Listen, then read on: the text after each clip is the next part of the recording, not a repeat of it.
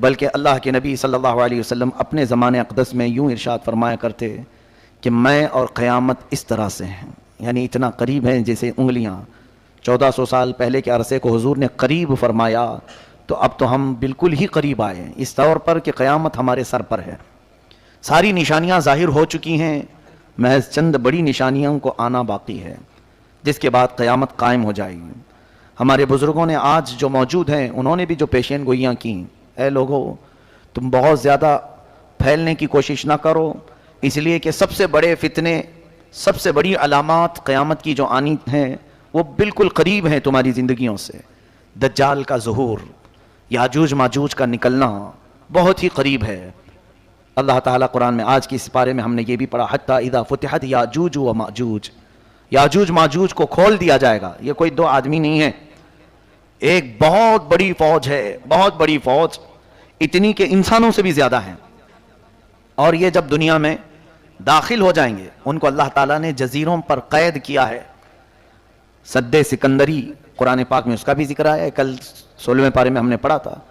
حضرت ذوالقرنین ایک بزرگ ہیں جن کا تذکرہ آیا ہے، سکندر ذوالقرنین، اللہ نے ان کو پوری دنیا کی بادشاہت عطا فرمائی تھی، تو ان کو اللہ تعالیٰ نے حکم دیا تھا کہ یہ یاجوج ماجوج اس زمانے میں بہت فساد مچاتے تھے کہ ان کو قید کر دو کہیں پر۔ تو لوگوں نے آپ سے کہا قالوا یا ذا القرنین ان یاجوج و ماجوج مفسدون فی الارض فہل نجعل لک خرجا، یہ زمین میں اتنا فساد مچاتے ہیں تو آپ ہمارے لیے کوئی ان سے نکلنے کا راستہ بنا دیجئے۔ تو انہوں نے ایک دیوار بنائی تھی جس کا ذکر قرآن پاک میں ہے۔ حضرت ذوالقرنین نے سیسا پگھلا کر کے ایک بہت ہی مضبوط دیوار کھینچی۔ وہ دیوار کہاں ہے اللہ بہتر جانے، ہمیں قرآن نے اتنا کہا ہے کہ انہوں نے دیوار میں انہیں قید کیا۔ اور آتونی زبر الحدید حتی اذا ساوا بین الصدفین وقال انفخوا حتی اذا جعلہ نارا قال آتونی افرغ علیہ قطرا، یہ ذکر جو ہے ان کے دیوار بنانے کا ہے۔ پہلے اس سیسے کو پگھلایا گیا، آگ بنی، پھر اس کو مضبوط کیا گیا، پھر دیوار تعمیر ہوئی۔ اب وہ یاجوج ماجوج کی جو فوج ہے انہیں قید کر دیا گیا۔ حدیث پاک میں ہے وہ روزانہ دیوار کو توڑنے کی کوشش کرتے رہتے ہیں، پوری رات بھر دیوار کو چاٹتے ہیں یہاں تک کہ وہ تھوڑی باقی رہ جاتی ہے۔ تو تھوڑی باقی رہتی ہے، صبح کے وقت وہ تھک جاتے ہیں اور کہتے ہیں چلو باقی کا کل کر لیں گے، یہ کل نکل جائے گی۔ وہ جیسے ہی واپس آتے ہیں اللہ تعالیٰ اس دیوار کو جیسی تھی ویسی بنا دیتا ہے، روز کا معمول ان کا ہے۔ اور پھر فرمایا گیا کہ اخیر میں وہ یہ کہیں گے، پوری دیوار کو چاٹتے یا توڑتے قریب کو پہنچ جائیں گے، تب وہ یوں کہیں گے انشاءاللہ کل تو ختم ہو ہی جائے گی، اللہ نے چاہا تو وہ جس دن وہ کہیں گے تو پھر وہ دیوار ٹوٹ جائے گی، انشاءاللہ کا استعمال کریں گے۔ اس کے بعد دیوار جب ٹوٹے گی تو وہ پوری فوج داخل ہوگی پوری دنیا میں، اور وہ اتنا فساد مچائیں گے کہ ہر چیز کو کھائیں گے، ہر چیز کو، یعنی ان کے لیے کوئی کھانے کی چیزیں مخصوص نہیں، پوری کھیتیاں چر جائیں گے، پورے مویشی جانور چبا جائیں گے، استعمال کرنے والی چیزیں کھا جائیں گے، لکڑیاں کھا جائیں گے، کوئی چیز باقی نہیں چھوڑیں گے، سب چیزیں کھائیں گے۔ وہ ایک بہت بڑا فتنہ ہوگا قیامت سے پہلے، پھر اللہ تبارک و تعالیٰ انہیں ہلاک فرمائے گا۔ دجال کا ظاہر ہونا بہت ہی قریب ہے۔ دجال، کانا دجال جس کو کہتے ہیں، اس کی ایک آنکھ ہوگی، اس کی پیشانی پر کاف فے رے لکھا ہوگا، وہ صرف اہل ایمان دیکھیں گے، جن کے اندر ایمان ہے انہیں نظر آ جائے گا اس کی پیشانی پر کیا لکھا ہے، کافر لکھا ہوا ہے، اور جو منافق ہیں وہ اسے نہیں پہچان پائیں گے۔ وہ بڑی طاقتیں لے کر کے آئے گا اور لوگوں کو بہت بڑی آزمائش میں ڈالا جائے گا، اس طور پر کہ وہ لوگوں کو دکھائے گا پانی برسا کر کے، زمین سے سبزے اگا کر کے، جو مانگو وہ اسی وقت حاضر کر کے دکھا دے گا، سونا چاہیے وہ حاضر ہے، چاندی چاہیے وہ حاضر ہے۔ تو لوگوں سے وہ کہے گا کہ میں تمہارا خدا ہوں جس کی تم عبادت کرتے تھے، میں اتر پڑا ہوں۔ تو جو اسے مان لے گا تو وہ کافر و مرتد ہو جائے گا، اور جو نہیں مانے گا اسے وہ سخت سزائیں دے گا، یہاں تک کہ تیل کو گرمائے گا اور مومنوں کو اس میں ڈالے گا کھولتے ہوئے تیل میں، یا پھر کوئی مومن اس کو نہ مانے تو اس کی دونوں ٹانگ پکڑ کر چیر دے گا، ہلاک کرے گا۔ اس طرح سے سخت اذیتیں دے گا ایمان والوں کو، لیکن اللہ جس کے ایمان کی حفاظت کرے وہ دجال کے فتنوں سے محفوظ رہے گا۔ حضور اکرم صلی اللہ علیہ وسلم دعا کیا کرتے تھے، نعوذ بک من فتنة المسیح الدجال، اے مولا ہم تیری پناہ مانگتے ہیں مسیح الدجال سے، یہ کانا جو دجال آئے گا۔ تو اے لوگوں آپ بھی دعا میں مشغول رہیں، اس لیے کہ وہ زمانہ نہایت قریب. مجھے تو نظر آتا ہے کہ جو علامتیں دجال کے ظاہر ہونے کی بتائی گئی تھیں وہ سب آ گئی دنیا میں. جھوٹ کو سچ کر کے دکھانا عام ہو جائے گا، ہر جھوٹی چیز. یہ دجال کی ضروریت، یہ پوری میڈیا جو آج دنیا میں ہے، یہ دجال کے آنے کی راہ ہموار کر رہے ہیں. اور دجال کیا ہوگا؟ یہودی اس کو مسیحا سمجھتے ہیں، یہودی اس کو اپنا مسیحا مانتے ہیں کہ وہ ہم سب کو پوری دنیا میں عزت دینے والا آئے گا. تو دجال کے آنے کے لیے یہودی پوری فیلڈ ہموار کر رہے ہیں.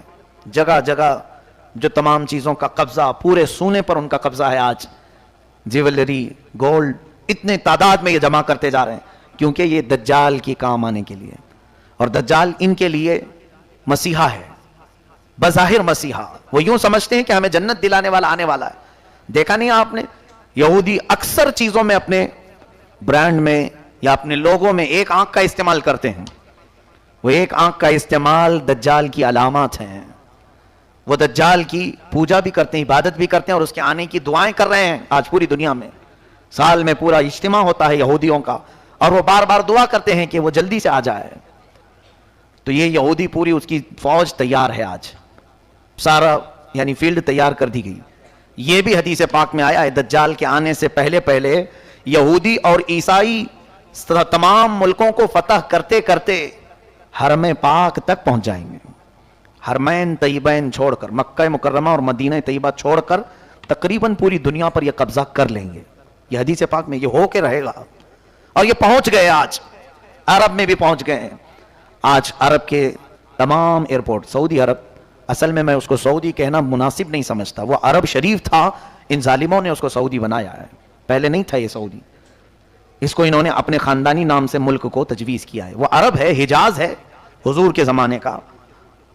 وہاں اب تقریباً سیکورٹی کے تمام معاملات بادشاہوں نے اب اسرائیل کو دے دیا ہے، یہودیوں کو دے دیا ہے.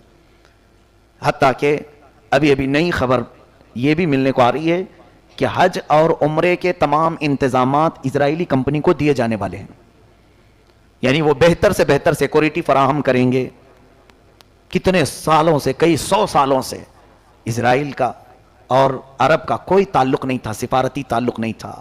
ابھی جا کر کے یہ تعلق بھی قائم ہونا شروع ہوا کہ براہ راست سعودی عرب سے پروازیں، طیارے، پلین اسرائیل جا سکتے ہیں، آ سکتے ہیں. یہ ساری چیزیں ہموار ہو گئیں. ان کی تمام دوستی کھل کر کے آ گئی اب. یعنی یہ یہود کو عرب میں داخل کرنے کے تمام راستے پیدا کر چکے ہیں. کیا یہ علامات نہیں؟ حضور صلی اللہ علیہ وسلم کی حدیثیں پڑھو، دجال کے آنے کی اور کیا علامات ہیں. فرمایا عرب جب کثرت سے گناہ میں مبتلا ہو جائیں گے، کثرت الخبث، یعنی خباثت عام ہو جائے گی. اسی کی تو ایک کڑی ہے کہ اب عرب میں بیچ بننے جا رہے ہیں، سینما تھیٹر کھلنے جا رہے ہیں، جوئے کے اڈے اوپن ہو رہے ہیں.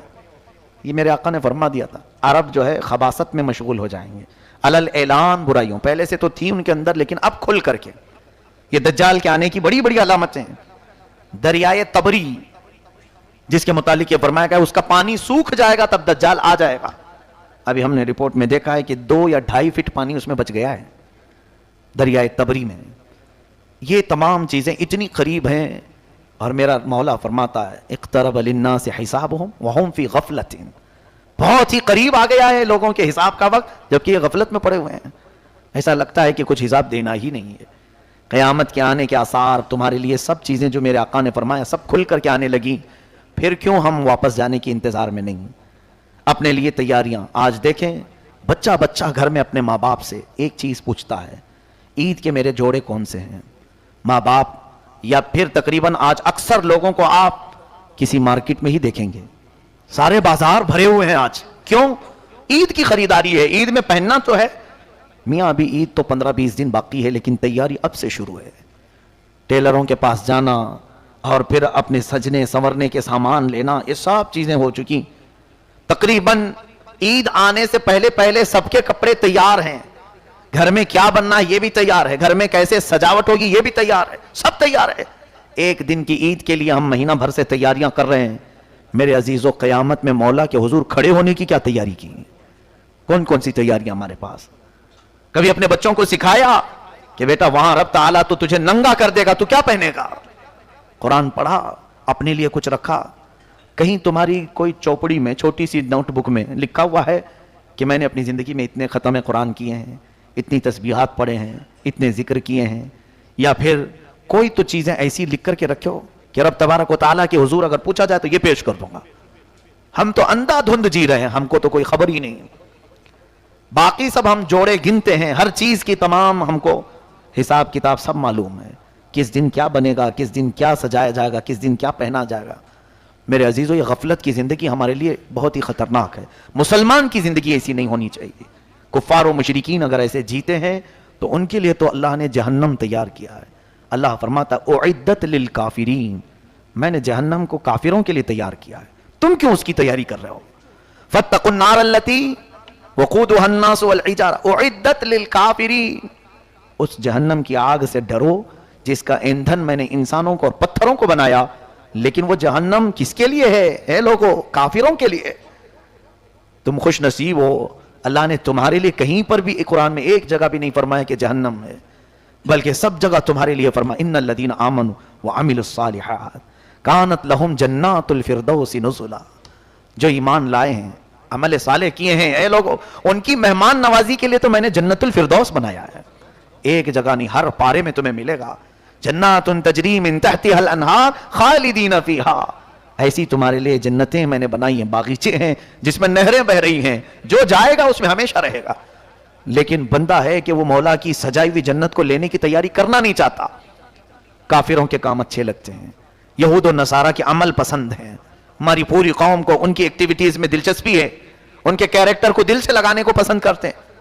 باقی رہی بات مصطفیٰ کریم صلی اللہ علیہ وسلم نے جو اخلاق کریمانہ دیے تھے, اور اسی لیے وہ سچ فرمایا تھا میرے آقا نے, دنیا میں ایسے جیو جیسے مسافر رہتا ہے, بہت جلدی تم چلے جاؤ گے یہاں سے, اور ہمیشہ کی زندگی کو کیوں یہ چھوٹی سی زندگی پر قربان کرتے ہو؟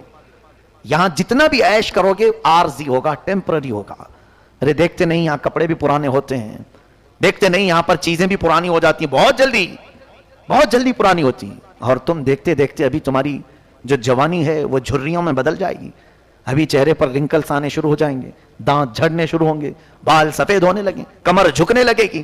دنیا کا تو قرار ہے ہی نہیں کسی چیز پر, بہت تیزی سے تمہارے اندر تبدیلی لا رہی ہے. کیا اپنے پچھلے حالات دیکھتے نہیں؟ ذرا شیشے میں جا کر دیکھ لینا, چند دن پہلے یا چند سال پہلے تمہارا چہرہ کیسا تھا, آج کیسا ہے؟ بدل رہا ہے کہ نہیں بدل رہا؟ بوڑھے لوگ اپنے چہرے دیکھیں, کیا ان کے بال کبھی کالے نہیں تھے؟ کیا ان کے چہرے جگمگاتے نہیں تھے حسن سے؟ بہت جلدی تمہارے چہروں پر بھی جھریاں آ گئیں, بدل گئے. تو کیوں یہ نہیں سمجھتے کہ یہاں کی کوئی چیز میں قرار ہے ہی نہیں, پائیداری ہے ہی نہیں. بہت تیزی سے دنیا ہماری ساری چیزیں بدل دیتی. لیکن مولا فرماتا ہے جس کو میں نے جنتی لباس پہنایا وہ کبھی پرانا نہیں ہوگا. جنتی جو بھی اندر جائے گا وہ کبھی بوڑھا نہیں ہوگا. جو جوان ہے جوان ہی ہمیشہ کے لیے. وہ پائیداری ہے, اس کے اندر استقرار ہے, قرار ہے. ان تمام چیزوں کو چھوڑ کر بندہ اپنی غفلت میں جی رہا ہے, اسے مختصر سا عیش چاہیے. خیر, اللہ ہمیں دنیا کی مکاریوں اور عیاریوں. تم ان سے سرٹیفکیٹ لینے کی امید مت رکھو. اگر آپ اپنے جسم کے 4 ٹکڑے بھی ان کتوں کے سامنے رکھ دو تب بھی وہ تمہیں دہشت گردی کہیں گے. ان کے دماغوں میں جو باتیں بیٹھی ہوئی ہیں وہ تمہارے چہرے سے نہیں ہے, وہ تمہارے دین سے ہے. اسی لیے آپ اپنے دین پر مستقیم رہو, استقامت کے ساتھ رہو. اللہ نے اسی میں عزت بخشی ہے. میں نے تاریخ میں پڑھا ہے میرے عزیز, چند لوگ نبی پاک صلی اللہ علیہ وسلم کے غلام مکہ سے ہجرت کر کے جب جا رہے مدینے, صحابہ کی تعداد بہت تھوڑی سی تھی, 200 کے قریب بھی تعداد نہیں تھی. جب مکہ سے ہجرت کر کے مدینے جا رہے تھے اس وقت جانتے ہیں کئی صحابہ کے گھر چھوٹ گئے, ان کی جائیدادیں رہ گئیں, ان کی زمینیں رہ گئیں, گھر بار چھوٹ گیا اور مدینے جا رہے ہیں بغیر گھر کے نئے گھر پر. اس وقت وہ صحابہ اعلان کیا کر رہے تھے جانتے ہیں؟ توکل تو دیکھیں, یقین تو دیکھیں. ان کا تھے 200 کی تعداد میں اور کھانے پینے کے مسئلے تھے, ایک کھجور ملتی تو دن بھر گزارا کر لیتے. لیکن اعلان کیا کر رہے تھے اس وقت ہجرت کرتے وقت؟ وہ یہ کہتے ہوئے جا رہے تھے اس دور کی سب سے بڑی 2 طاقتیں تھی, ایک پرشین امپائر اور ایک رومن امپائر, جس کو کیسر و کسرا کہتے ہیں. سپر پاور طاقتیں اس زمانے کی, جیسے آج امریکہ اور رشیا ہو, اس زمانے کی یہ 2 طاقتیں تھی. پرشین امپائر جس کو کسرا کہتے تھے, رومن امپائر اس کو کیسر کہتے تھے. یہ میرے آقا صلی اللہ علیہ وسلم کے غلام صحابہ مدینے ہجرت کرتے وقت یہ کہتے ہوئے جا رہے تھے کہ ایک دن آئے گا ہم کیسر اور کسرا کو بھی فتح کریں گے. کون سا یقین تھا ان کے پاس, کون سا توکل تھا؟ اتنے بڑے منصوبے کہاں تھے؟ مکہ والے ٹھٹا مار کر ہنس رہے تھے، ان کو دیکھو مکہ میں اپنا گھر نہیں بچا پائے اور کیسر و کسرا کی بات کر رہے ہیں، بڑے بڑی سلطنتوں کو ہلانے کی بات کر رہے ہیں. ظاہر سی بات ہے دوسرے مکہ والے مذاق اڑا رہے تھے میرے آقا کے غلاموں کا. ہجرت کے 8 سال گزر گئے، 10 سال گزر گئے، مکہ تو فتح ہوا ہی. حضرت عمر کا زمانہ کیا آیا، پرشین امپائر بھی ٹوٹ کر ختم ہوا، رومن امپائر بھی ختم ہو گیا، اور ان کو فتح کرنے والی کوئی بہت بڑی فوجیں نہیں تھی، پیوند لگے کپڑے پہننے والے میرے آقا کے غلام ہی تھے. کیوں؟ انہوں نے عزت جو ہے دنیا کی طاقتوں میں نہیں ڈھونڈی، میرے آقا کی غلامی میں عزت ڈھونڈی. ایک صحابی حضرت نعمان حضور اکرم صلی اللہ علیہ وسلم کے ایمبیسیڈر بن کر کے وہ ایک بادشاہ کے پاس گئے تھے. بادشاہ کو پتا چلا کہ محمد صلی اللہ علیہ وسلم کی طاقت اب بڑھتی جا رہی ہے. انہوں نے اپنا ایک قاصد بھیجا ہے، ان کا ایک ترجمان ایمبیسیڈر آیا ہے، سفیر آیا ہے. تو ان کی عزت میں، اس صحابی کی عزت میں اس بادشاہ نے ریشم کا کارپیٹ بچھایا، ریشم کا کارپیٹ، اور ایک سونے کی کلائی کی ہوئی کرسی لگائی کہ ہم بہت عزت دیں گے ان کو، عرب سے جو قاصد آ رہا ہے، جو سفیر آ رہا ہے. جب حضرت نعمان وہ صحابی آئے، ان کے ہاتھ میں تلوار تھی، سادے کپڑے پہنے ہوئے آئے، اور بادشاہ کے محل میں جیسی آئے دیکھا کارپیٹ بچھا ہوا ہے اور قالین ہے وہ ریشم کا. پوچھا یہ کیا ہے؟ کہا ریشم کا قالین آپ کے اعزاز میں. انہوں نے تلوار سے اس کو پھاڑ دیا اور کہا میں اس پر نہیں چل سکتا، میں زمین پر چلوں گا. اور اس کے بعد چلتے ہوئے آئے، کرسی سونے کی کلائی کی ہوئی رکھی ہوئی تھی، تو اس کو دیکھا، دیکھتے ہی اس کو ٹھوکر مار کر الگ کر دیا. کہا میں لکڑی کی کرسی پر ہی بیٹھوں گا. بادشاہ نے کہا میں عجب انداز دیکھ رہا ہوں، ہمارے پاس بہت ساری سلطنتوں کے سفیر آئے، ہم نے ان کو اتنی عزت نہیں دی جتنا محمد کے سفیر کو عزت دی ہے. آپ کے لیے ہم نے ریشم کا کارپیٹ بنایا، وہ اپنے تلوار سے پھاڑ دیا، اور سونے کی کلائی کی ہوئی کرسی کو آپ نے ٹھوکر مار دیا. یہ آپ کا ایٹیٹیوڈ ہے، آپ کا غرور ہے. اس صحابی نے کہا نہ، مجھے غرور نہیں، نہ ہی تکبر، نہ ہی ایٹیٹیوڈ، بلکہ میں اس ریشم کے کارپیٹ پر اس لیے قدم نہیں رکھا کہ میرے آقا صلی اللہ علیہ وسلم نے اس کو حرام قرار دیا. مردوں کے لیے ریشم حرام ہے، اور سونے کی کرسی پر اس لیے نہیں بیٹھا کہ یہ تکبر کی علامت ہے. میرے مصطفیٰ صلی اللہ علیہ وسلم زمین پر اور ہلکی چیزوں پر تشریف فرما ہوتے، اور مردوں کے لیے انہوں نے سونے کا استعمال حرام فرمایا ہے. میں اپنے نبی کا غلام ہوں، جس جگہ بھی رہوں گا انہی کی ڈیوٹی پر رہوں گا. یہ عزت دیکھی بادشاہ کے محل میں. جانتے ہیں میرے عزیزوں، آپ کے اس اپنے دین پر جمے ہوئے ہونے کی وجہ سے وقت کا بادشاہ بھی دائرہ اسلام میں داخل ہوا. آپ اگر اس بات کو محسوس کریں کہ عزت میرے آقا کی غلامی میں ہے، اگر ہم مکمل طور پر رسول اللہ صلی اللہ علیہ وسلم کے اخلاق کریمانہ اور ان کے کردار کو اچھی طرح سے لوگوں میں پہنچائیں تو تمہاری عزت میں کوئی کمی نہیں آئے گی، کوئی کمی نہیں آئے گی. میں اپنی زندگی میں بھی دیکھتا ہوں، ابھی آپ کے سامنے اتر کر کے آیا اسی لباس کے ساتھ. ہاں یہ اور بات ہے کہ تھوڑا چینج ہوگا، میں اپنے امام میں اپنے جبے کے ساتھ. لوگوں کو ایسا لگتا ہوگا کہ پوری فلائٹ میں 100 سے لوگ ہوتے ہیں، میں ایک عجوبہ کہاں چلا جاؤں. نہیں، ہمیں تو اس بات کا لطف ملتا ہے کہ کم سے کم لوگ دیکھیں گے تو یہ محسوس کریں گے کہ محمد عربی کا غلام بیٹھا ہوا ہے. چھپنے کی بات نہیں حضور پاک صلی اللہ علیہ وسلم کے اخلاق پر، بلکہ رشک کرنے کی بات ہے، اعزاز، کیونکہ ہمیں اسی نسبت پر تو فخر ہے. میں تو یہی کہتا ہوں، اعلان بھی کرتا ہوں کہ لوگ مجھے میرے باپ کے نام سے نہ پہچانے، حضور کی غلامی سے پہچانے. اپنا مقام اتنا بناؤ کہ آپ کا انٹروڈکشن جب ہو، آپ کا تعارف جب ہو تو حضور پاک کی غلامی سے کیا جائے، نبی پاک صلی اللہ علیہ وسلم کی غلامی سے کیا جائے. ابھی آپ کے سامنے خطیب و امام مجھے بلا رہے تھے یہی کہہ کر کے ناموس رسالت کی حفاظت کی خاطر.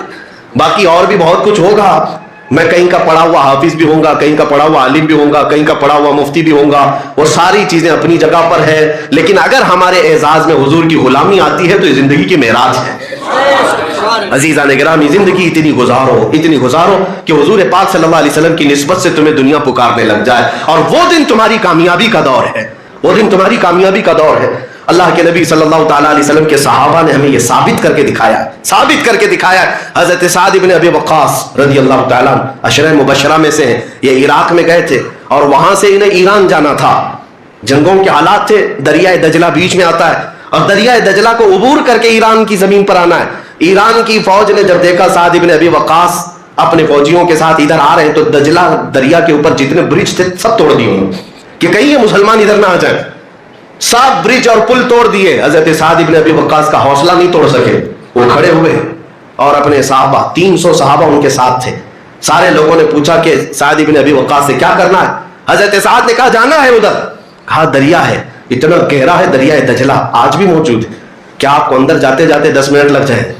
گہرائی اور چوڑائی بھی کافی ہے. حضرت سعد ابن ابی وقاص سے صحابہ نے پوچھا کیسے جائیں گے؟ کہا کہ سب اپنے اپنے گھوڑے لے لو اور دریا پہ ہی ڈال دو. اور جب دریا کے پانی میں تمہارے گھوڑے چلنے لگے تو یہ اعلان کرتے ہوئے چلے جاؤ میں رسول عربی صلی اللہ علیہ وسلم کا غلام، محمد عربی کا غلام ہوں، اگر بچانا ہو تو مولا بچا دے گا، ہمارے لیے راستے کشادہ کر دے گا۔ ان کا عزم تھا، یقین تھا، توکل تھا۔ تاریخ طبری آج بھی موجود ہے، اٹھا کر دیکھ لینا، جب یہ 300 صحابہ سعد ابن ابی وقاص کے ساتھ دریائے دجلہ میں کود پڑے تو وہ چلتے ہوئے ایسے جا رہے تھے جیسے خشک زمین پر چلتے ہوئے جا رہے ہیں، اور دریا عبور کر کے وہ ایران کی سرحد پر بھی آ گئے۔ ایرانی فوجیوں نے ایک تاریخی بات کہی تھی اس دن، وہ جملہ آج بھی نقل کیا جاتا ہے، انہوں نے حیرت میں اور ہیبت میں یہ کہا تھا، دیواں آمدن انسان نہ آمدن، یہ انسان نہیں آئے ہیں، یہ جنات آئے ہوئے ہیں جو پانی پر بھی چل رہے ہیں، بلکہ ہم یہ بتانا چاہتے ہیں محمد عربی صلی اللہ علیہ وسلم کی غلامی اگر سچے دل سے ہو جائے، مولا خشکیوں پر بھی اور تریوں پر بھی تمہاری حکومت قائم فرمائے۔ انہی کا تو نعرہ تھا، ٹل نہ سکتے تھے، جنگ میں اگر اڑ جاتے تھے، پاؤں شیروں کے بھی میدان سے اکھڑ جاتے تھے، حد سے سرکش ہوا کوئی تو بگڑ جاتے تھے، ارے تیغ کیا چیز ہے، ہم توپ سے بھی لڑ جاتے تھے، دشت تو دشت ہے، دریا بھی نہ چھوڑے ہم نے، بحر ظلمات میں دوڑا دیے گھوڑے ہم نے۔ نبی پاک صلی اللہ تعالی علیہ وسلم کی طرف اب میں چند باتیں یہ عرض کرنا چاہوں گا۔ اے میرے عزیزوں، نوجوانوں، میرے پیغامات صرف اور صرف اس لیے نہیں ہے کہ تم خالی نعرے لگاؤ، مجھے اپنے دل پر ہاتھ رکھ کر کے بتاؤ، کیا نبی پاک صلی اللہ علیہ وسلم کی زندگی کامل ہے یا نہیں ہے؟ کیا ان کی زندگی میں کوئی نقص ہے، کوئی عیب ہے؟ جب مکمل زندگی ان کی، کامل انسان کی زندگی ہے، تو مجھے بتاؤ کیا وہ ہمارے لیے سب سے بہترین آئیڈیل نہیں ہے تو اور کون ہے؟ اور قرآن نے یہی کہا، لقد کان لکم فی رسول اللہ اسوۃ حسنہ، تمہارے لیے سب سے بہترین نمونہ زندگی گزارنے کے لیے وہ رسول اللہ کی زندگی ہے۔ رسول اللہ کی زندگی تمہارے لیے سب سے بہترین نمونہ ہے۔ آج ہمارے نوجوان اخلاق اور کردار سیکھنے کے لیے پتہ نہیں کہاں کہاں جا رہے ہیں، پرسنالٹی ڈیولپمنٹ کے کورسز سکھائے جاتے ہیں، ہمارے بچے سیکھنے کے لیے جا رہے ہیں کہ ہینڈ شیک کیسا کرنا چاہیے، سیڑھیوں پہ چڑھنا کیسے چاہیے، چلنا کیسے چاہیے، سوٹ کیسے پہنیں گے، لوگوں سے بات کیسے کریں گے۔ ارے ان لوگوں کے پاس یہ سیکھنے جا رہے ہیں ہمارے بچے جن کو پیشاب کا طریقہ نہیں معلوم، وہ پروفیسر بنے ہوئے ہیں اور اخلاق سکھا رہے ہیں، کردار سکھا رہے ہیں۔ حیرت کی بات ہے، وہ نوجوان ہمارا بچہ اخلاق سیکھنے وہاں جا رہا ہے، جبکہ تجھے معلوم ہونا چاہیے کائنات کے سب سے اعلیٰ اخلاق میرے مصطفیٰ کے تھے، رسول اللہ صلی اللہ علیہ وسلم کے اخلاق سب سے اعلیٰ اخلاق ہے۔ پورے، یہ میرا اپنا دعویٰ نہیں، آپ دوسروں کی کتابیں اٹھا کر پڑھ لیں، انگریزوں نے بھی لکھا ہے، کرسچنوں نے بھی، یہودیوں نے بھی لکھا ہے، نبی پاک صلی اللہ علیہ وسلم کے اخلاق میں اگر رائی کے دانے کے برابر بھی عیب آ جاتا تو 40 سال مکہ والے حضور کو چھوڑتے نہیں، اور جتنے بھی حضور کے ساتھ اذیتیں کی گئیں، حضور پاک صلی اللہ علیہ وسلم کا سوشل بائیکاٹ کیا 3 سال تک ملنا جلنا مکہ والوں نے بند کر رکھا تھا۔ حضور پاک صلی اللہ علیہ وسلم شعب ابی طالب کی گھاٹی میں محصور تھے، پتے کھا کر کے دن گزارے، چمڑے کھا کر دن گزارے، یہ تکلیفیں بھی دی، رسول اللہ کے غلاموں کو انہوں نے مارا ہے، پیٹا ہے، جلایا ہے، سب کچھ کیا ہے، لیکن پوری کتابیں اٹھا کر کے مجھے دکھاؤ رسول اللہ صلی اللہ علیہ وسلم اور ان کے غلاموں کے ساتھ اتنی بربریت کرنے والے مکہ والوں نے کبھی میرے آقا کی زندگی پر ایک بھی اخلاق کے خلاف اعتراض کیا ہو یا سوال کیا ہو؟ بتا دیں آپ، نبی پاک صلی اللہ علیہ وسلم کی زندگی کے بارے میں ایک بھی اعتراض کسی مکہ والے نے کیا ہو؟ یہاں تک کہ ابو سفیان جو حضور صلی اللہ تعالیٰ علیہ وسلم پر ایمان لائے وہ نہیں تھے، نجاشی بادشاہ کے پاس بہت لمبا مکالمہ چلا ہے، صحابہ جو ہے ہجرت کر کے پہلے حبشہ گئے تھے، ایتھوپیا گئے تھے، 70 صحابہ مکہ چھوڑ کر پہلے، مدینہ جانے سے پہلے ایک اور ہجرت ہوئی ہے، وہ ہجرت کہاں کی تھی؟ ایتھوپیا، حبشہ کی ہجرت تھی۔ حبشہ کا جو بادشاہ تھا نجاشی، وہ عیسائی بادشاہ تھا اور رحم دل تھا، ہر ایک کو پناہ دیتا تھا۔ صحابہ وہاں گئے، اب جب وہاں گئے تو مکہ والوں کو پتا چلا کہ رسول اللہ کے صحابہ مکہ چھوڑ کر کے نجاشی کے یہاں گئے ہیں، تو یہاں سے ابو سفیان اور 2 لوگ پیچھا کرتے ہوئے وہاں بھی پہنچ گئے، اور بادشاہ سے ان کے اچھے تعلقات تھے، بڑے پیسے والے تھے ابو سفیان، جا کر کے بادشاہ سے کہا ہم آپ سے پرسنل بات کرنا چاہتے ہیں۔ تو جا کر کے نجاشی نے جب موقع دیا تو ابو سفیان نے سب ان کی شکایتیں لگائی، کیا کہ مکہ سے ایک قافلہ بھاگ کر کے آیا ہے، وہ ہمارے خاندان والے ہیں جو اپنا دین چھوڑ چکے ہیں اور وہاں پر فتنہ پھیلا رہے، لہٰذا آپ ان کو حبشہ میں رہنے کی اجازت ہرگز نہ دیں، ان کو واپس مکہ بھیجیں۔ کیوں؟ ان کو مارنا تھا نا، مکہ والے مارتے تھے، وہ غریب صحابہ تھے۔ تو نجاشی رحم دل کے ساتھ ساتھ عادل بھی تھا، اس نے شکایت تو سن لیا اپنے متر کی جو تجارت میں پارٹنر بھی رہے ہوں گے یا بڑے پیسے والے تھے ابو سفیان۔ نجاشی نے کہا ٹھیک ہے تمہاری بات اپنی جگہ پر، وہ جو بھاگ کر کے میرے ملک میں پناہ لینے آئے ان کی بھی بات میں ایک بار سن لوں گا، وہ کیا کہتے ہیں میں وہ بات سن لوں گا۔ ان کو بلایا گیا، بلانے کے بعد وہ صحابہ میں جب آگے بڑے حضرت جعفر تیار تھے،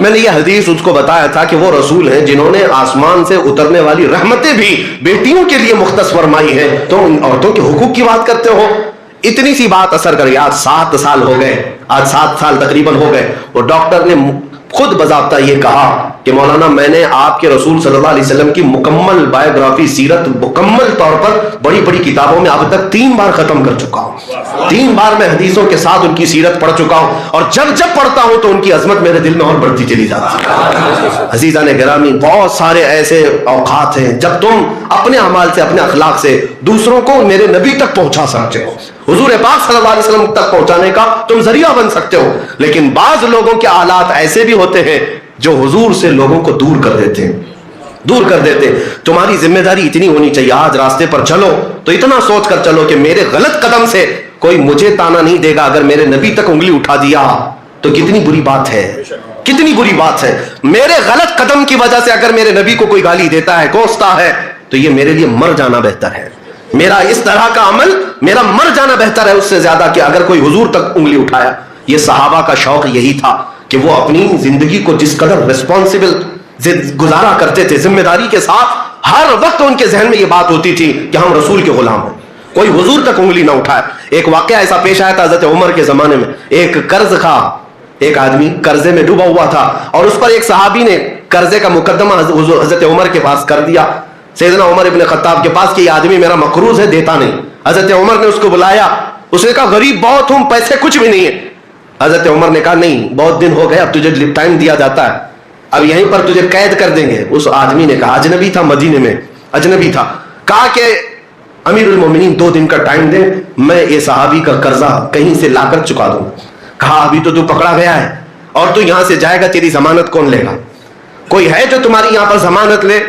ایک اجنبی آدمی کی ضمانت کون لے گا؟ کوئی نہیں. پورے مجمع میں دیکھا، اس نے کہا مجھے تو یہاں کوئی پہچانتا نہیں ہے، بس ان کے ساتھ میرے تجارتی معاملات تھے، میں دور گاؤں میں رہتا ہوں. حضرت عمر جب یہ بات دیکھ رہے تھے عدالت میں، حضرت ابو درداء ایک صحابی ہیں، کھڑے ہوتے ہیں، کہتے ہیں امیر المومنین میں اس کی ضمانت لیتا ہوں. حضرت عمر نے کہا اگر وہ نہ آیا 2 دن کے بعد تو جیل میں تم رہو گے ابو درداء. کہا منظور ہے امیر المومنین. کہا ٹھیک ہے، چھوڑ دیا گیا. وہ گیا اپنے وطن اور غائب ہو گیا. 2 دن ہو گئے. دوسرے دن جب عدالت لگ رہی تھی، حضرت عمر نے ابو درداء کو بلایا کہ اب قید خانے میں تو تم جاؤ گے، ایک اجنبی کی ضمانت تم لیے تھے. لیکن جب وہ خوشی خوشی آ رہے تھے عدالت میں، اسی وقت دیکھا کہ وہ قرض خواہ مقروض آدمی بھاگتا ہوا عدالت میں پہنچ گیا.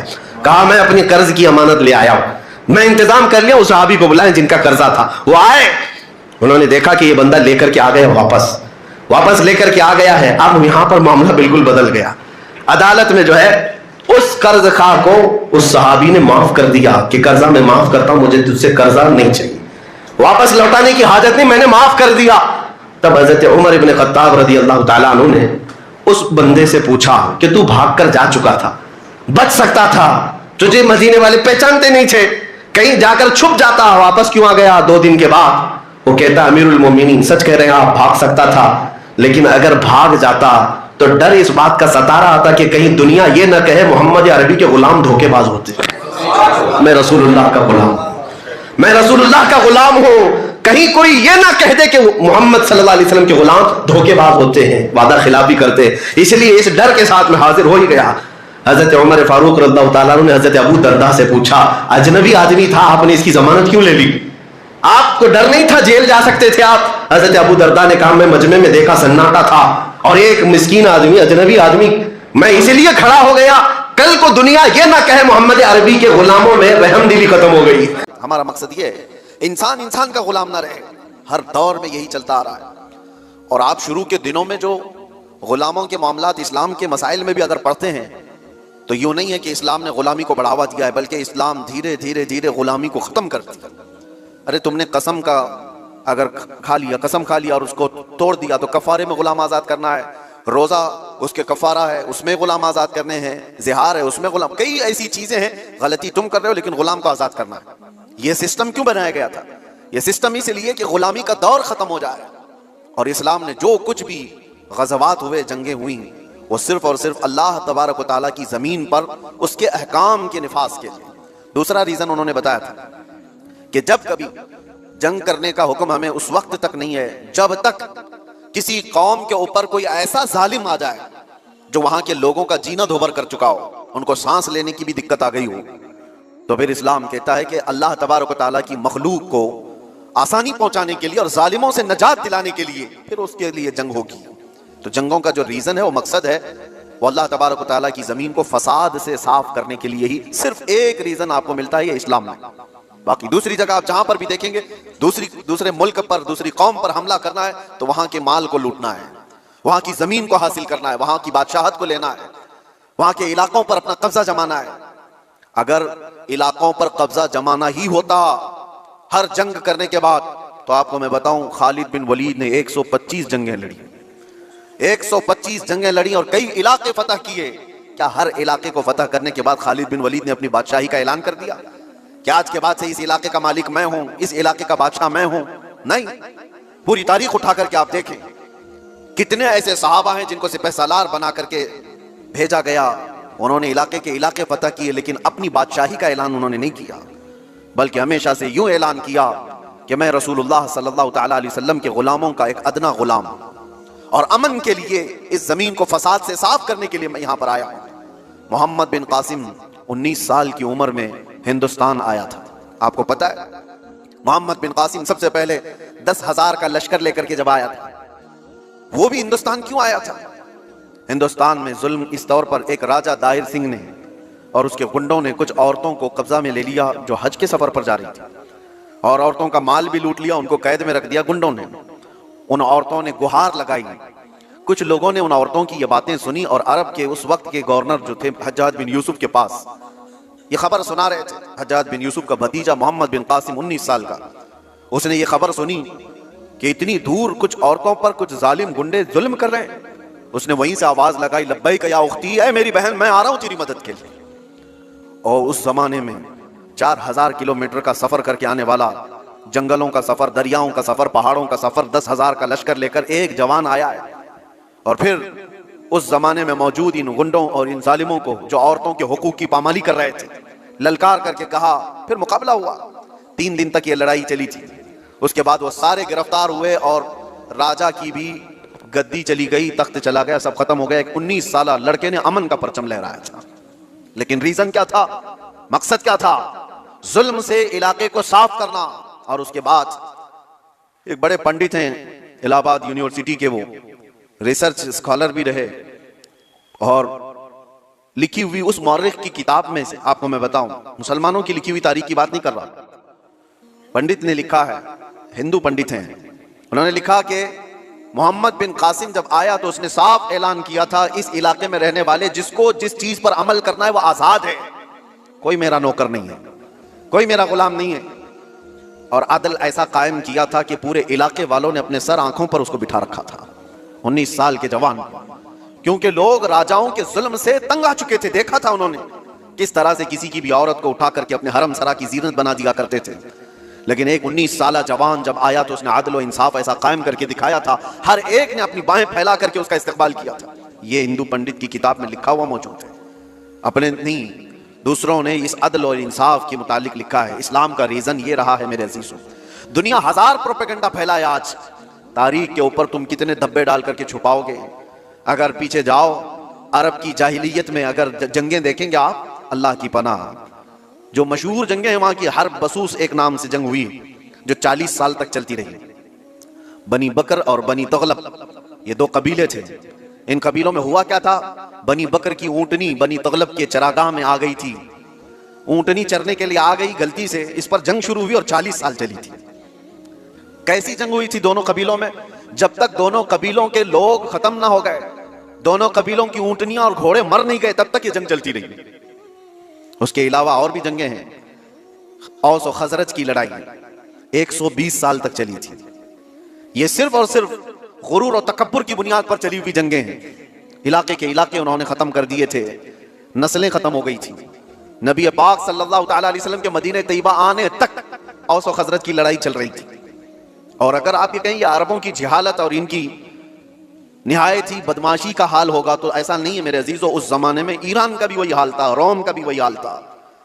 جب یہ کسی علاقے پر قابض ہوتے، آپ کو پتا ہے کہ ایک ایرانی بادشاہ نے فلسطین پر حملہ کیا تھا تو 1,40,000 فلسطینیوں کو ذبح کر دیا تھا.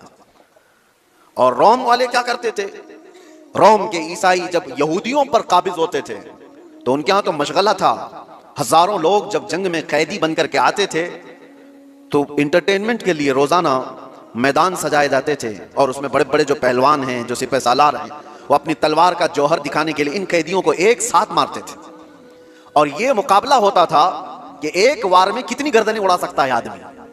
یہ رومیوں کے مشغلہ تھا. یہ ان کا جب یہودیوں کو قبضے میں لے لیتے تھے یا قیدی بنا کر لاتے تھے تو ایک ایک تلوار کی وار پر 10 لوگوں کی گردنیں اڑانا وہ سمجھتے تھے بہادری کا جوہر ہے. اور کہیں پر ان کو اس چیز کا کوئی افسوس نہیں کہ انسان کس طرح کاٹے جاتے ہیں. ایک تو آپ کو میں بتاؤں، بہت مشہور ایک شخص ہے جس کو ڈارلنگ آف ہیومن ریس کہا جاتا ہے. تاریخ میں آپ پڑھ لیں نا، اس نے کیا کیا ہے. تقریباً 60,000 کے قریب یہودیوں کو قبضے میں لے کر ایک بہت بڑے علاقے میں ان کو باندھ دیا اور جنگل کے خطرناک درندے لا کر کے ان کے اوپر چھوڑ دیے گئے تھے. کیا کس لیے جنگیں ہوئی آپس میں؟ یہ تو زیادہ دور نہیں ہے نا، 1920 1940 کے بیچ میں. یہ زیادہ دور نہیں ہے، ابھی 100 سال پہلے کی بات آپ کو بتا رہا ہوں.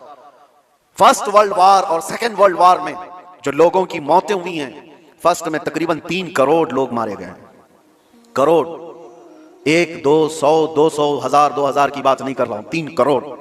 اور سیکنڈ ورلڈ وار میں اس سے بھی زیادہ لوگ مارے گئے، زخمی ہوئے. یہ صرف اور صرف بادشاہوں نے اپنے تخت کے لیے، اپنی زمینوں کے لیے لڑائیاں لڑی ہیں. اور ٹوٹل میرے آقا صلی اللہ علیہ وسلم نے اپنی زندگی پاک میں 17 غزوات میں شرکت فرمائی. کتنے؟ 17 غزوات. اور ٹوٹل 17 غزوات کو ملائیں گے تو 252 لوگ مرے تھے، اس کے علاوہ نہیں. 17 جنگوں کی جو لسٹ بتائی جاتی ہے میرے عزیزوں. لیکن پھر بھی دنیا کو اعتراض ہے اسلامی جنگوں سے. آپ کو میں بتاؤں، جنگوں کے اصول ہوتے ہیں، اسلوب ہوتے ہیں، طریقہ کار ہوتے ہیں، لیکن کسی نے عمل نہیں کرنا ہے اس پر. گوانتانامو بے جیل کے متعلق سنا ہوگا، ابو غریب جیل کے متعلق آپ نے سنا ہوگا. امریکی لوگوں نے جو عراق جنگ کے بعد وہاں کے قیدیوں کے ساتھ سلوک کیا ہے، یہ ہم نے نہیں ہے، ہیومن رائٹس کی تنظیموں نے لکھا ہے، اس کو تاریخ میں موجود ہے. قیدیوں کو لٹا کر کے ان کے اوپر کتے چھوڑ دیے جاتے تھے، قیدیوں کو باندھ کر کے ان کے منہ پر پیشاب کیا جاتا تھا اور ان کو غلاظت کھانے پر مجبور کیا جاتا. انسانیت سے گرے ہوئے حرکتیں. ایک ظالم جب نشہ کے غرور میں آتا ہے تو ایسی حرکتیں کرتا ہے، لیکن جس کے سینے میں ایمان ہو وہ کیا کرتا ہے؟ اللہ اکبر. میرے عزیزو، محمد الرسول اللہ صلی اللہ تعالی علیہ وسلم کے پائے اقدس پر میں تمہیں لے کر چلتا ہوں. یہ وہ وقت ہے جب اللہ کے حبیب صلی اللہ تعالی علیہ وسلم کا پیغام دنیا میں بہت دور تک جا چکا تھا. یمن، عراق، شام، مصر، ہر جگہ پہنچ چکا تھا. اور 1,20,000 صحابہ اس وقت موجود تھے جب نبی پاک صلی اللہ تعالی علیہ وسلم کی قوت کا عالم تھا، غلبے کا وقت تھا. مکہ بھی فتح ہو چکا تھا، مدینے کے آس پاس کا علاقہ اسلام کے پرچم سے لہرا رہا تھا. یہ وہ دور کی بات نہیں کر رہا ہوں میں جب کفار مکہ سے بچ کر کے رہنا پڑتا تھا، چھپ کر کے تبلیغ کرنی پڑتی تھی. اس دور کی بات نہیں کر رہا ہوں، غلبے کے وقت کی بات کر رہا ہوں. یہ حضور پاک کی ظاہری زندگی کا آخری سال ہے جب میرے آقا صلی اللہ علیہ وسلم حج کر کے واپس تشریف لائے تھے اور بیمار تھے. اس وقت جب نبی کرم صلی اللہ تعالی علیہ وسلم کے نام کا چرچا قیصر اور کسریٰ کے جسموں میں کپ کپی طاری کر دیتا تھا، ہزاروں فوجیں تھر تھراتی تھی، غلبے کا وقت تھا. اس وقت نبی پاک صلی اللہ علیہ وسلم مسجد نبوی شریف میں بیٹھے ہیں اور اپنے صحابہ سے کہتے ہیں، کوئی ہے اس میں جس پر میرا کوئی حق باقی ہے تو مجھ سے لے سکتا ہے؟ کوئی ہے جس پر میرا کوئی حق باقی ہے تو وہ سوال کرے، میں دینے کو تیار ہوں. میرے عزیزوں، کون کہے گا یہ غلبے کے وقت، طاقت کے وقت، جب پاور میں آ جائے کوئی پوچھ کر کے دکھائے کسی پر کچھ باقی ہے تو؟ یہ رسول اللہ کی شان ہے. اور ایسا نہیں میرے عزیزوں کہ یہ جملے ہیں جو آج کے ذلیل سیاسی لوگوں کے ہوتے ہیں. حضور نے جب یہ فرمایا تو ایک صحابی کھڑے ہو گئے، کہا میرا آپ کے اوپر ایک حق باقی ہے، آپ کے اوپر میرا ایک حق باقی ہے یا رسول اللہ. سب کی گردنیں اونچی ہو گئی، دیکھتے رہ گئے ان کو، کون ہے یہ؟ حضور پاک صلی اللہ علیہ وسلم نے ان سے کہا، آگے آؤ، تمہارا جو حق ہے وہ بتاؤ. حضرت عمر تو تلوار نکال لی تھی کہ رسول اللہ صلی اللہ علیہ وسلم کی بارگاہ میں ایسی بلند زبان کس کی ہے. لیکن اس صحابی نے کہا، ایک مرتبہ جنگ میں جا رہے تھے، صفوں کی ترتیب دے رہے تھے، میں تھوڑا سا آگے آ گیا تھا، آپ نے چھڑی سے مجھے مارا تھا، میں وہ بدلہ لینا چاہتا ہوں. اللہ اکبر.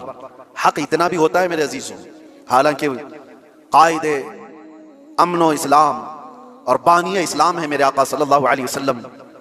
میرے عزیزوں، اگر کوئی استاد اپنے شاگردوں کو ترتیب دینے کے لیے کوئی بات کر رہا ہو، لیکن اس کو بھی صحابی نے کہا، یہ حق ہے میرا آپ کے اوپر،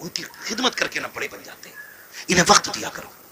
میں آپ سے کہنا چاہتا ہوں سب سے مشکل دور بڑھاپے کا آتا ہے. کون سا دور آتا ہے؟ سمجھ رہے ہیں نا میرے بچے سارے نوجوان بھائی بھی سمجھ رہے ہیں نا؟ سب سے مشکل وقت بڑھاپے کا آتا ہے. یہ بچے بیٹھے ہیں چھوٹے چھوٹے, عید سے پہلے دیکھنا باپ لے کے جائے, اماں مارکیٹ لے کے جائے, لے جا کے نا یہ نہیں کہتے یہ والا پیک کر دو, ماں بٹھا لیتی ہے بیٹے کو اوپر, خود بیٹھتی ہے نیچے اور جوتے 10 طرح کے نکلواتی ہے. وہ اپنے ہاتھ سے نکالتی ہے پہناتی ہے, نکالتی ہے پہناتی ہے, بار بار کہتی نہیں میرے بیٹے کے پیر میں اچھا نہیں لگتا, میرے بیٹے کے پیر میں اچھا نہیں لگتا. میں بیٹوں سے پوچھنا چاہتا ہوں جب ہم اتنے بڑے تھے وہ اپنے ہاتھ سے ہمیں جوتے پہناتے تھے. آج ایک بار ہم انہیں دکان میں لے کے گئے, ابا بیٹھو تمہارے پیر میں جوتے ڈال کے میں دیکھوں گا, اما بیٹھ آج میں دیکھوں تیرے پیر میں کون سا جوتا اچھا لگے گا. کبھی لے کے گئے ماں باپ کو؟ لے کے جایا کرو. عید کا ٹائم آئے نا ماں باپ کو لے کے جاؤ کہ نا آج تک تم نے ہماری پسند کا پہنایا ہے, اب ہم تمہیں تمہاری پسند کا پہنانے کے لیے آئے.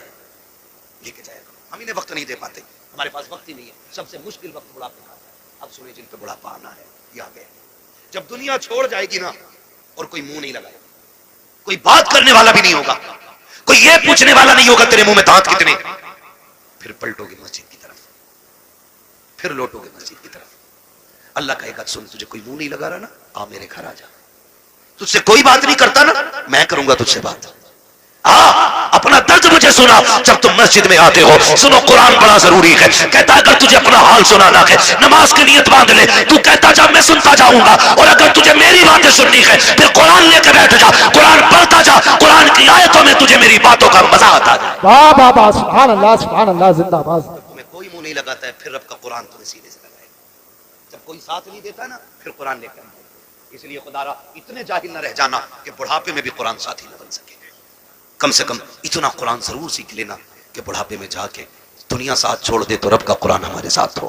پڑھیں گے انشاءاللہ, وعدہ کرتے ہیں انشاءاللہ, پڑھائی کریں گے انشاءاللہ, قرآن سیکھیں. اگر ہم نے قرآن نہیں سیکھا تو کچھ بھی نہیں سیکھا ہے. بڑی بات ہے بیٹے کو حافظ قرآن بنانا, اپنے بچوں کو حافظ قرآن بناؤ. تم نے بھی دیکھا ہوگا, ہم نے بھی دیکھا, موتیں ہوتی ہیں, لوگ بڑے بڑے پیسے والے تڑپ کے مر رہے ہیں. کیوں؟ کیونکہ آج کوئی آسانی سے روح نکلوانے والا نہیں. نکلے کیسے؟ سارے لوگ جانتے ہیں ہاسپٹل کی کنڈیشن. آخری سانسیں ہوتی ہیں, لے جا کے ابا ہاسپٹل میں رکھ دیا, کہا میں وینٹیلیٹر پہ, ابا آکسیجن لگی پڑی ہے, جو چادر بچھی ہے وہ بھی ناپاک ہے, انہوں نے ہمارے کپڑے اتار کے اپنے گرین کپڑے پہنا دیے وہ بھی ناپاک ہے, جتنے نرس اور وہاں پہ ڈاکٹر آ رہے ہیں انہیں بھی پاکی ناپاکی کی تمیز نہیں ہے. مشکل سے روحیں نکل رہی ہیں, مشکل سے, بستر ناپاک, جگہ ناپاک, لوگ ناپاک, رحمت کے فرشتے آنے تیار نہیں, تڑپ کے بندہ مر رہا ہے, آکسیجن لگی ہے, رشتے دار جو ہے پھلوں پہ پھل لانے پہ لگے پڑے, کوئی جوس لا رہا ہے, کوئی پھل لا رہا ہے, سیب لا رہے, کیلے لا رہے, میں وہ جو آکسیجن میں پڑا شیشے سے جھانک رہا ہے وہ ہاتھ نہیں اٹھ پا رہے آج اس کے. آج اللہ کی پکڑ میں آ گیا کہ وہ اب تک اکڑ میں رہتا تھا, ہم نے کہا تھا ہم سے چندہ نہ مانگنا, یہ تماشے کر رکھے ہیں, یہ تم نے مدرسوں کے نام پہ ٹھگی کا جال پھیلا رکھا ہے, مولوی ہوتے ہی حرام کھانے والے ہیں. آج سے ایک ایک جملے کا بدلہ لیا جا رہا ہے, بڑا تڑپ رہا ہے, روح نکلنے کا نام نہیں لے رہی ہے. سارے رشتے دار کوئی پھل کوئی جوس لے کر کے آ رہا ہے, اس کی آنکھوں سے آنسو بہ رہے ہیں. آخر یہ رو کیوں رہا ہے؟ ساری فیسلٹی موجود ہے, سانس بھی مشینوں کے ذریعے آ رہی ہے, رشتے دار بھی سامنے ہے, وہ کہتا میں اس لیے رو رہا ہوں, یہ جو جوس لے کے آ رہے ہیں آج مجھے اس کی ضرورت نہیں ہے,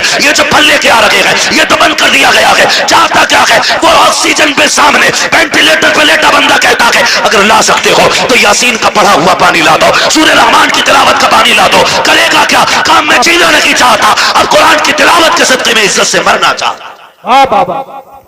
جن کے اپنے بیٹے قرآن کے قاری ہوتے ہیں وہ کبھی بے بسی کی موت نہیں مرتے, وہ کبھی مفلسی کی موت نہیں مرتے. وہ جب مرتے تو اس شان سے جاتے, ادھر تلاوت ہوتی ہے ادھر روح جنت کی طرف نکل کے جاتی ہے. احسان ہے علماء کا کہ یہ ہمارے بچوں کو پڑھا رہے ہیں اور ہمیں دین دے رہے ہیں. میں تو دعوے کے ساتھ کہتا ہوں اس بات کو, ہمارے یہاں حافظ بن جائے تو بندہ 1000 روپے دے کہتا میں نے بہت دے دیے امام مولانا.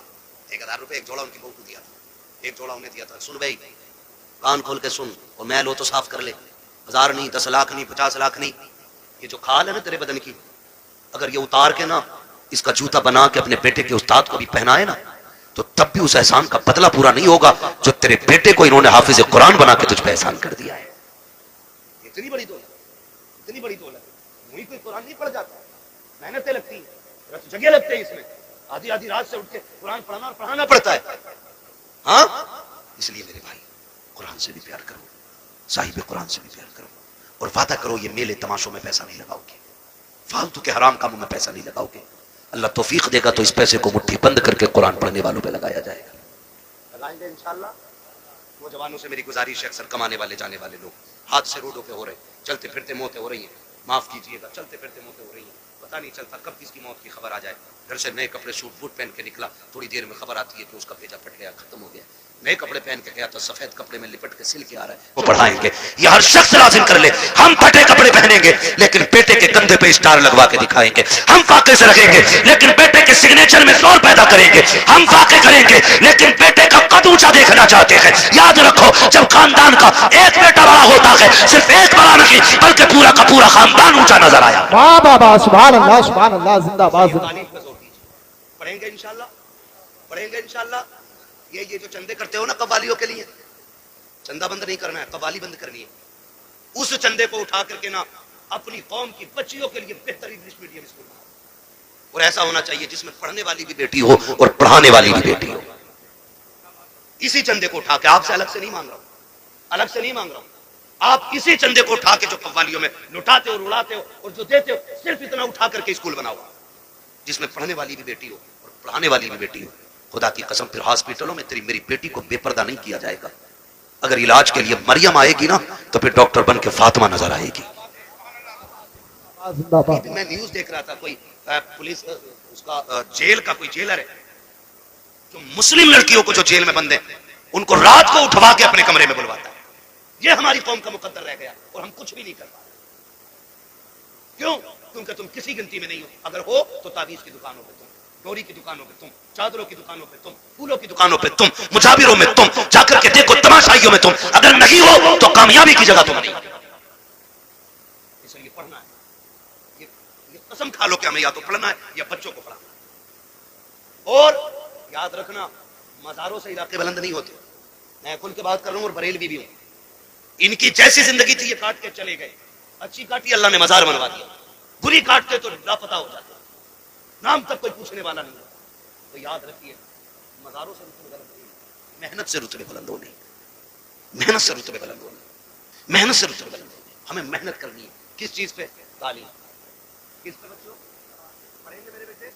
موبائل پر زیادہ نہیں چلائیں گے.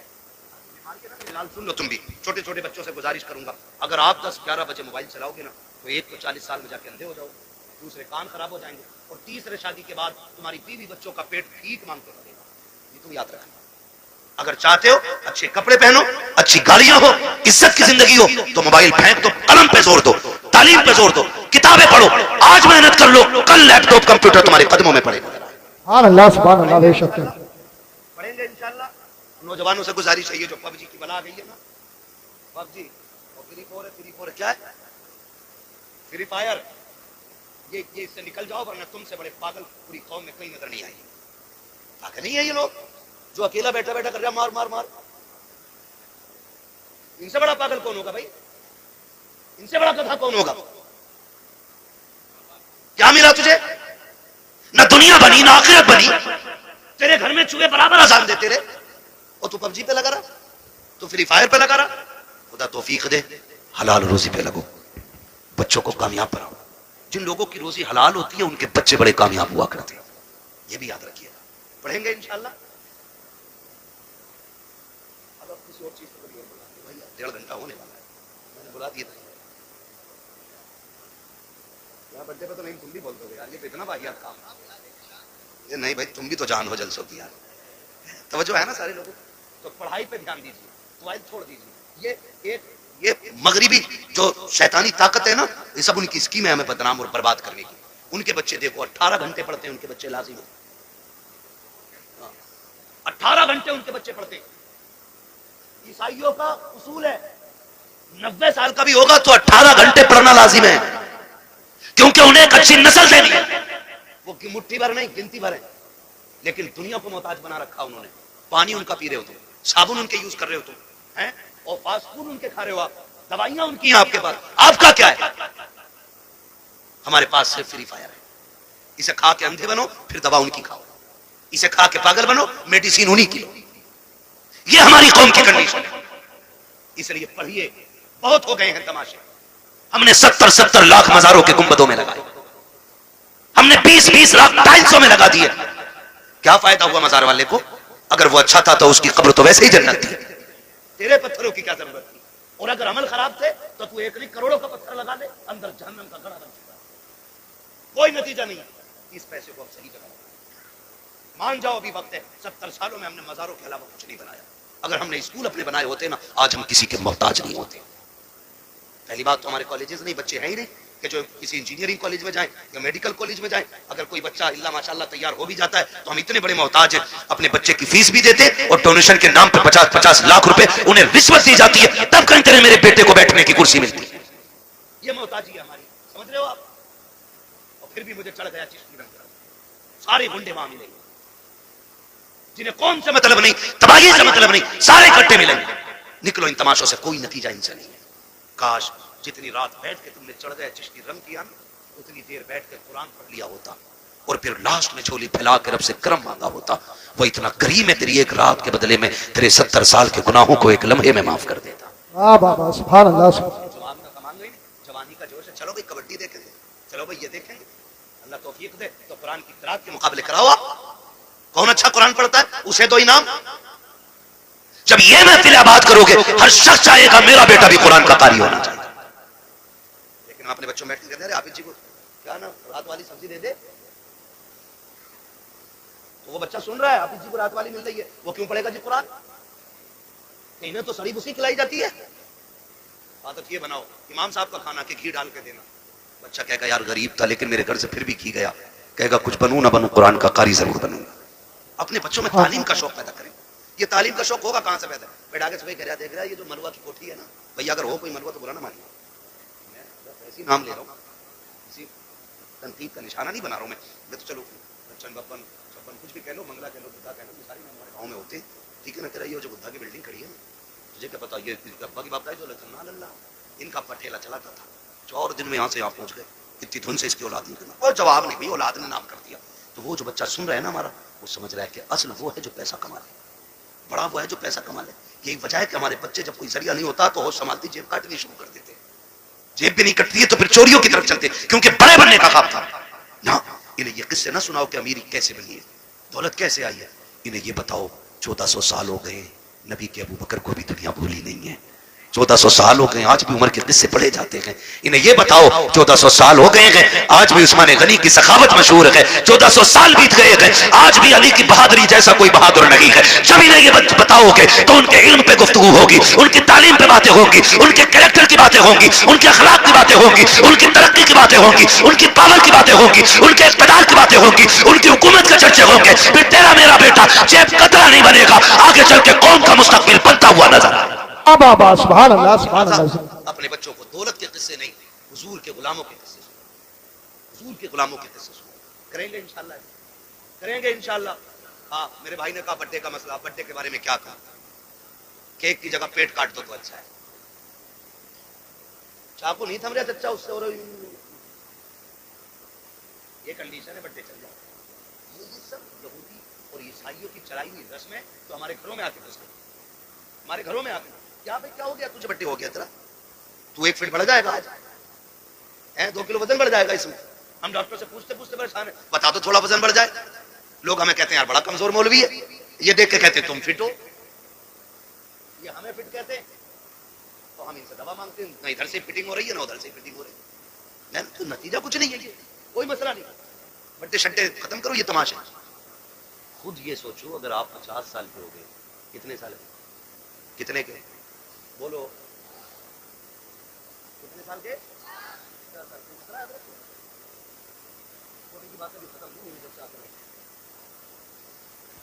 50 سال کے اگر آپ ہو گئے نا تو پھر جشن کس چیز کا, 50 کا غم کر غم. 50 سال گھٹ گئے زندگی کے, رو اللہ کی بارگاہ میں, مالک راضی نہ کر سکا, راضی نہ کر سکا. ایک رات دے دے جس میں میں رونے والا ہوں اور تو دینے والا ہوں, ایک رات ایسی مانگو. جب تمہارے جنم دن کی لوگ کیک کاٹنے کی بات کریں پھر تو تیاری مسلح کی کیا کر, مسلح بچھایا کر, رویا کر, اللہ سے گناہوں کی معافی مانگا کر. وہ اتنا کریم ہے, تمہیں مانگنے میں دیر ہوگی, خدا کو دینے میں دیر نہیں لگے گی. ہاں کریں گے انشاءاللہ یہ تماشے ختم, بڈے بڈے ختم کریں گے انشاءاللہ, وعدہ کریں انشاءاللہ. جتنے لوگ یہاں ہیں بتاؤ بڈے پہ کیک تو نہیں کاٹو گے, ایسے کھا لیا کرو جا کے کیک, لا دے وہ لائی دے لگا کے کھا لو, لیکن کیک پہ بڈے پہ کٹنا ضروری ہے کیا, یہ کنڈیشن ہے ہماری. نکلو ان ساری فالتو کی چیزوں سے, ایک فوکس کرو, ہمیں دنیا بھی بہتر کرنی ہے اور آخرت بھی بہتر کرنی ہے. اور یہ ہمارا دین ہمیں سبق دیتا، ربنا آتینا فی الدنیا حسنہ وفی الآخرۃ حسنہ، اللہ ہمیں دنیا کی بھی عزت بھلائیاں عطا کر اور آخرت کی بھی عزت اور بھلائیاں عطا فرما. ہاں آپ دنیا بھی بہتر کریں اور آخرت بھی بہتر کریں. اللہ تعالیٰ ہمیں اور ہماری نسلوں کو دنیا اور آخرت کو بہتر کرنے کی توفیق عطا فرمائے. فرمایا گیا یا ایھا الذین آمنوا ادخلوا فی السلم کافہ. پوری محنت لگ گئی تقریر میں، جتنی تقریر میں لگے گی اتنی شجرے میں لگ جائے گی. بھائی کہہ رہا کبھی کبھار کا تو نمبر آوے پڑھ دو شجرا. محبتیں اللہ سلامت رکھے. بھائی کہہ گیا تو میں شجرا پڑھ دیتا ہوں، اور کیا تھوڑی سی محنت زیادہ پڑے گی. لیکن سنو اب تک جیسے تم نے گم ہو کے سنا ہے نا، شجرا ایسے نہیں ہونا. شجرا ذرا بولو سبحان اللہ. سبحان اللہ. یہ جو دیوار کے پیچھے بیٹھے ہیں نا، اس دیوار کے پیچھے ان کی تو موج ہی لگ گئی. قطعی بول نہیں تیار. اس دیوار کے نہیں بابا، میں اس دیوار کے. بیٹھ جاؤ بھائی بیٹھ جاؤ. کبڈی نہیں ہے، جلسہ ہے. بہت دن میں سدھرو گے جا کے، مجھے پتا ہے. کافی ٹائم سے یہاں تماشے ہو رہے ہیں، مگر امید ہے جتنے آئے ہیں نا سارے حضور کے غلام آئے. انہیں دوبارہ اب کہنے کی ضرورت نہیں پڑے گی، حضور کا عشق یہاں تک لے آیا ہے. اور جب حضور کا عشق لے ہی آیا ہے تو جو باتیں ضروری تھی ان پہ عمل کریں گے انشاءاللہ. کریں گے سارے نوجوان انشاءاللہ، وعدہ کریں گے. بند کریں گے سارے تماشے اپنے سے. اگر کوئی پھر بھی نہ مانے تو ابو جہل نہیں مانا تھا، یہ نہیں مانتے تو کیا فرق پڑتا ہے. ابو جہل کو سمجھانے حضور آتے تھے، تمہیں سمجھانے تمہیں آیا ہے نا. اب کوئی جبریل نہیں آنے والی. اب یہی علماء بتائیں گے جب بھی بتائیں گے. اس لیے جو مان جائے گا وہ بھی ٹھیک ہے، جو نہ مانے گا اس کی اپنی ٹھیک. ٹھیک ہے جی. تو اب جو یہ پیچھے والے لوگ ہیں نا، بولتے ہیں ذرا سارے سبحان اللہ. ہماری جامع مسجد میں جب چنے ہوتے ہیں نا، جب چنے بٹتے ہیں تو اس سے زیادہ شور ہوتا ہے صرف اس بات کو لے کے جی میں رہ گیا.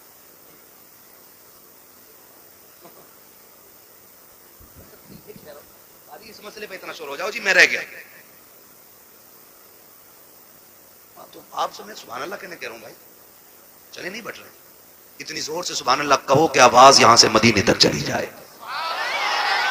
ارے ماشاءاللہ، ایسا لگ رہا میں شروع ہو رہی ہوں. دل کر رہا دوبارہ شروع ہو جاؤ، لیکن گور کے مدے کو دوبارہ نہیں ہوں گا شروع میں.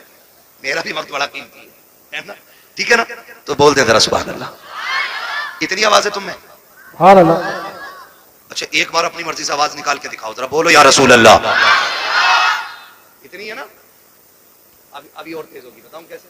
میں دعا کرتا ہوں اور یہ ممبر والے میرے ساتھ آمین کہیں گے. یا اللہ جو سب سے زیادہ زور سے تیرے محبوب کو پکارے اسے آج کی رات کے صدقے حضور کا مدینہ دکھا دے. آمین. جو سب سے زیادہ زور، جو اس سے بھی زیادہ زور سے تیرے محبوب کو پکارے اسے اسی سال رمضان میں مدینے کا عمرہ نصیب فرما. آمین. ایک آخری دعا رہ گئی اور آخری زور رہ گیا. آپ کو سبحان اللہ کہنا، آمین یہ کہے گے. یا اللہ جو سب سے زیادہ زور سے تیری تسبیح بیان کرے وہ ماں باپ کے ساتھ مدینے کی حاضری نصیب.